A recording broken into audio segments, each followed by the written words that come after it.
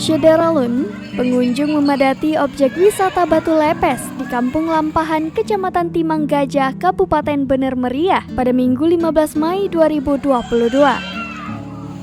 Mereka datang bersama keluarga serta kerabat dalam rangka berlibur.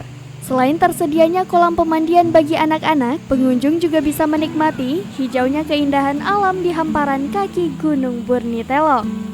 Di lokasi wisata ini juga terdapat aliran sungai yang bersih dan jernih, sehingga suasana sejuk semakin memanjakan pengunjung. Untuk sampai ke objek wisata Batu Lepes, pengunjung membutuhkan waktu tempuh kurang lebih 10 menit dari Pasar Lampahan dengan menggunakan sepeda motor dan mobil. Adapun biaya tiket, wisatawan cukup mengeluarkan uang Rp10.000, di mana untuk tiket masuk Rp5.000 dan biaya parkir Rp5.000.